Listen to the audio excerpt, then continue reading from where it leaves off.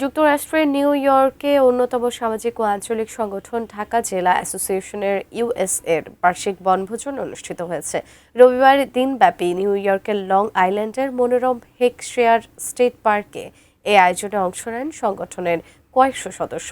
সবুজ নির্মল পরিবেশে আমন্ত্রিত অতিথি, পরিবার, পরিজন আর সংগঠনের সদস্যদের নিয়ে উৎসব মুখর একটি দিন উদযাপন করেন সংগঠনের সদস্যরা। বালিশ খেলা, দৌড় প্রতিযোগিতা সহ শিশু, মহিলা ও পুরুষদের জন্য ছিল বিভিন্ন ধরনের বিনোদন ব্যবস্থা।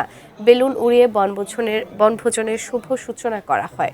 অনুষ্ঠানে বক্তব্য দেন সংগঠনের প্রধান উপদেষ্টা গিয়াস আহমেদ, সভাপতি দুলাল বেহিদু, সাধারণ সম্পাদক কাজী আমনুল ইসলাম স্বপন সহ অনেকে।